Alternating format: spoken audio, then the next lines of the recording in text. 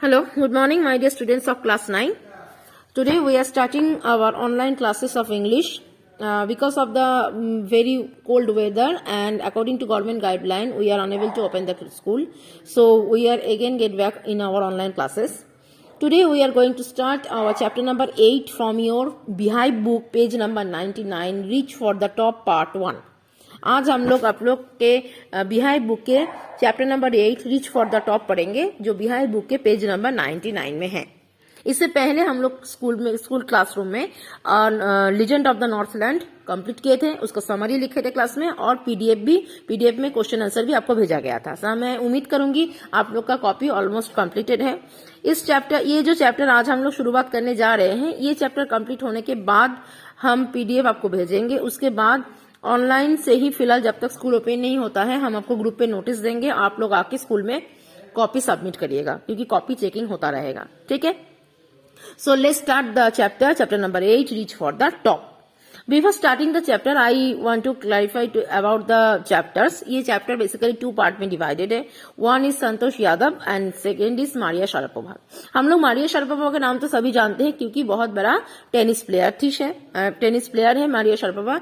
She was famous all over the world. And Santosh Yadav, ये नाम सुन के आपको ये लग रहा है कि शायद कोई बॉयज का नाम होगा, लड़के का नाम होगा, but not. She is also a girl, Santosh Yadav. And कहीं ना कहीं हम लोग नील आर्मस्ट्रॉन्ग, कल्पना चावला सबके बारे में जानते हैं, जो लोग महाकाश पारी देते हैं या फिर एवरेस्ट जाते हैं, सबका नाम सुने हैं, लेकिन इनका नाम हम लोग भूल चुके हैं। तो एवरेस्ट को जय करने का जो रास्ता सबने स्ट्रेटेजी अपनाए थे, उसमें संतोष यादव का भी एक बहुत ही शानदार रोल था। तो वो हम लोग भूल चुके हैं, अकॉर्डिंग टू आवर सोशलिस्ट, और कोई भी कारण की वजह से मान सकते हो कि इनके बारे में हम लोग इतना जानकारी रखते ही नहीं है। बट वही चीज कि संतोष यादव के बारे में भी हमें जानकारी रखना जरूरी है। So let's start about her lifestyle, her companion, her victory, all of the things. The only woman, before you read, think for a while and make a list of 3 to 5% you idolize or admire very much for their achievements. क्या बोल रहा है? इस chapter को शुरुआत करने से पहले आपको बताया जा रहा है, आप अपने मनपसंद 3 से 5 आदर्श मानव या फिर मानवी, मतलब आदर्श पुरुष या फिर नारियों का नाम लिखिए और उनके अचीवमेंट्स, उनके सपना क्या क्या था उसको लिस्ट आउट करिए। मतलब हर किसी का कोई ना कोई है, किसी का कोई सचिन तेंदुलकर बनना चाहता है, कोई विराट कोहली बनना चाहता है, कोई हार्दिक पांड्या बनना चाहता है, तो कोई ना कोई एपीजे अब्दुल कलाम बनना चाहता है। तो ऐसे ही आप लोग को बताया जा रहा है कि आप अपने मन पसंदीदा 3 से 5 लोगों को शॉर्ट आउट करिए, जो आपके आइडल से आदर्श है, जिनके जो आप लोग के हर इल्यूशन में आता है, हर मोमेंट इल्यूशन में आता है। तो इनके बारे में, इनके अच्छाई के बारे में आप लिस्ट आउट करिए। Your ideals may be from any sphere of life, sports, medicine, media of और आर्ट एंड कल्चर। आपके जो आइडियल पर्सन है, जो भी आपके आदर्श पुरुष है, वो कोई भी सेक्टर से हो सकता है, चाहे वो खेल की दुनिया से हो, चाहे वो मेडिकल दुनिया से हो, चाहे वो मीडिया से हो, चाहे वो आर्ट से हो, चाहे वो कल्चरल सेक्टर से हो, कोई भी हो सकता है। सबका अलग अलग पसंद रहेगा, तो जिनका जो भी अलग अलग फैक्टर से वो उसको लिखे और शॉर्ट आउट करें। Your teacher will then discuss your choices with you to find out who the top 5 idols of your class are. उसके बाद बताया जा रहा है, मान के चलो आप लोग के क्लास में कितने बच्चे हैं? टोटल 64 स्टूडेंट है। तो 64 स्टूडेंट्स जब जमा करेंगे इस चीज को, सबका आएगा, सबका अलग अलग पसंदीदा आएगा। उसके बाद टीचर्स देखेंगे कि कॉमन फैक्टर्स क्या आ रहा है, कि सबके 5 लोगों में जो 5 लोग या फिर 3 लोग आप शॉर्ट आउट किए हो आपके आइडियल के तौर पे, उनमें से सबसे क्या कॉमन आ रहा है, और उनके बारे में तब टीचर आपको और भी स्पेसिफिकली और भी कुछ कैरेक्टरिस्टिक और भी कुछ फीचर्स आपको डिस्कस करेगा। ठीक, तो ये तो हमारा जब क्लास ओपन होगा तभी हम लोग कर सकते हैं। तो यहाँ पर बिफोर यू रीड ये एक एक्टिविटी टाइप तुम लोग को करने के लिए दिया था। Now we will go to the main part. The only woman in the world who has scaled Mount Everest, twice born in a society where the birth of a son was regarded as a blessing and a daughter though not considered a curse, was not generally welcome. हम एक ऐसे women के बारे में आज पढ़ेंगे जो कि माउंट एवरेस्ट एक बार नहीं दो बार जीती है, और जहां पर तब के समय में जबकि एक समाज में ये था लड़का पैदा होना आशीर्वाद माना जाता था और लड़की पैदा होना अभिशाप था।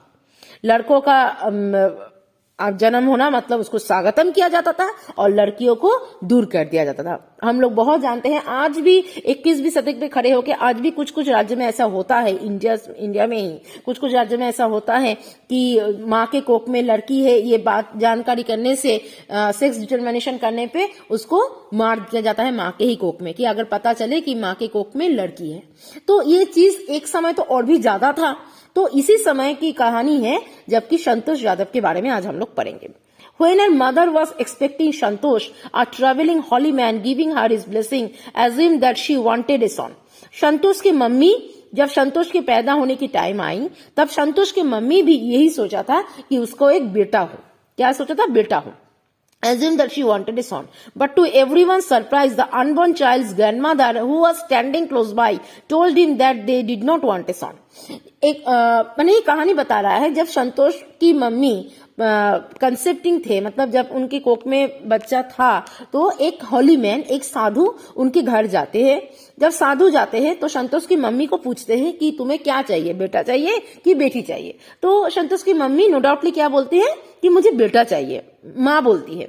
बट सरप्राइज इस बात का है, उसके घर पे जो उसकी दादी थी, मतलब संतोष की माँ की सास, तो वो दादी बिना कोई चीज के ये बात बोली कि उनको क्या चाहिए, they did not want a son, उनको लड़का नहीं चाहिए, उनको लड़का नहीं। देखो दादी, आज के जमाने में अभी तक हमारे घर में दादी नानी लोग रहते हैं तो वो लोग थोड़ा ऑर्थोडॉक्स होते हैं, पुराने सोच विचार रखते हैं।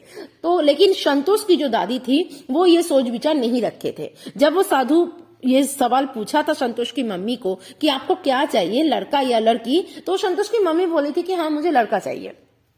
हाँ, क्योंकि हम जानते हैं कि वो उस समय की बात है जब हम बोले जिस समय लड़कों का पैदा होना स्वागतम किया जाता है और लड़कियों को दूर कर दिया जाता है। तो इस जगह पे संतोष की मम्मी भी नेचुरली यही बोले कि मुझे लड़का हो। एक माँ तो आखिर माँ ही होता है, फिर भी वो डर से हो चाहे जो भी अपने भावनाओं से हो, वो ये बोली कि मुझे लड़का चाहिए। बट उसकी सास ने ये बात बोला कि नहीं साधु, मुझे क्या, हम लोग को लड़की नहीं चाहिए, लड़का नहीं चाहिए, हमें लड़की चाहिए, हमें लड़का नहीं चाहिए। ये बात सुन के the holy man was also surprise. ये बात सुन के साधु बाबा क्या हो गया? सरप्राइज्ड हो गए, ताज्जुब बन गए। Nevertheless he gave a request a blessing and as destiny would have it the blessing seem to work. तो हम साधु ने दादी माँ का ये जवाब सुन के, साधु बाबा ने दादी माँ का ये जवाब सुन के संतोष के मम्मी को आशीर्वाद दिया, और जो कि फलस्वरूप मान लेते हैं, ये मानते हैं लोग कि वो कामयाब हो गया वो, और क्या हुआ, उनको लड़की ही पैदा हुई। Santosh was born the 6th child in a family with 5 son. उसके बाद संतोष का जन्म हुआ जहाँ पे ऑलरेडी 5 लड़के के बाद एक लड़की आई। Sister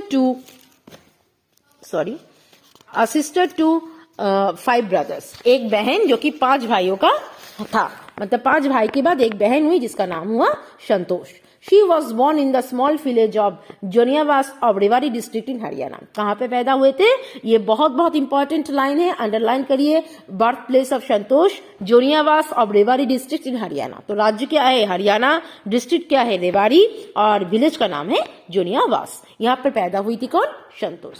The girl was given the name Santosh which means contentment। हम सब जानते हैं संतोष का मतलब क्या है? संतुष्टि, कंटेनमेंट। तो ये तो नाम है। But Santosh was not always content with her place in A traditional way of life. लेकिन यहाँ पर ओरिजिनली संतोष की लाइफ में संतोष को पसंद नहीं करता था, मतलब कंटेनमेंट को अपनाना नहीं चाहती थी। बट वो उसके मतलब उसका कहना है कि ट्रेडिशनल जो लाइफ है कि लड़की हूँ, इधर नहीं जाना है, उधर नहीं जाना है, ये नहीं करना है, वो नहीं करना है, ये जो ट्रेडिशनल बाउंडेशन एक लड़की को भुगतना पड़ता है, इसको उसमें इंटरेस्ट नहीं था। She began living life on her own terms from the started। पैदाइशी वो क्या चाहती, मतलब जब से वो उसके अंदर समझने की विकास आई तब से वो यही सोचती थी कि वो अपने जिंदगी को अपने तौर तरीके से जिएगी। लेकिन इस समय की बात बताया जा रहा है, मैं बार बार इस बात को रिपीट कर रही हूँ, ये उस समय की घटना है जबकि लड़कियों को बाउंडेडली बांधा जाता था। तो इस समय में संतोष का ये कदम, स्वाभाविक बात है कि सब लोग नाराज ही होंगे। Where other girls wore traditional Indian dresses, Santosh preferred shorts. Looking back, अच्छा, जहाँ पे उस टाइम बाकी लड़कियां साड़ी वाड़ी ट्रेडिशनल इंडियन ड्रेस मतलब सलवार सूट साड़ी यही सब पहनते थे, संतोष क्या प्रेफर करती थी, शॉर्ट्स पहनना, मतलब छोटे छोटे कपड़ा पहनना. Looking back, she says, now, from the very beginning, I was quite determined that if I choose a correct and rational path, the others around me had to change, not me. तो संतोष का ये कहना था, अगर मेरा दिशा सही है, मैं क्या पहन रही हूं, क्या कर रही हूं, that does not affect her. ये हम लोग भी बोलते हैं ना, तुम्हारा ड्रेस सेंस तुम्हें कभी आइडेंटिफाई नहीं कर पाएगा. तुम सूट सलवार पहन के सर ढक के बैठी हो, इसका मतलब तुम्हारे अंदर का क्वालिटी बहुत अच्छा है. That is not a truth factor. ये कभी नहीं हो सकता. तुम अगर छोटा भी कपड़ा पहनो, भले तुम क्या कपड़ा पहन रहे हो, कपड़ा तुम्हें आइडेंटिफाई नहीं करेगा. आइडेंटिफिकेशन के लिए तुम्हारी क्वालिटी, तुम्हारा कैरेक्टर और तुम्हारे अंदर की ऑनेस्टी, वो सबसे ज्यादा प्रायोरिटी होता है. तो ये कहीं ना कहीं संतोष का भी ये मानना था कि मैं किस दिशा पे जा रही हूँ, that is the main things of my life in anybody's life, कि हमारा चलने का दिशा सही होना चाहिए. हम कैसे चल रहे हैं, माने क्या पहन के चल रहे हैं, क्या खा के चल रहे हैं, that does not a factor. लेकिन हम जिस रास्ते पे चल रहे हैं वो डेस्टिनेशन सही होना चाहिए, उस लक्ष्य में अड़े रहना चाहिए, और तभी हम लोग आगे चल के कुछ बन पाएंगे. तो ये सोच संतोष के अंदर उसी टाइम से था, जबकि दूसरे गर्ल्स क्या करते थे, ट्रेडिशनल ड्रेस पहनते थे और वो प्रिफेयर करते थे शॉर्ट ड्रेस पहन. So students, today the first part of the chapter number 8 reach for the top.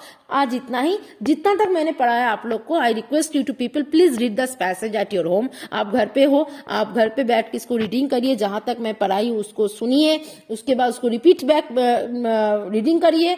फिर अगर कोई डाउट्स रहता है, कोई कंफ्यूजन रहता है, कोई क्वेश्चन रहता है, प्लीज इन्फॉर्म मी और ask me in your WhatsApp group. I will definitely answer your question. Okay, have a nice day and good bye.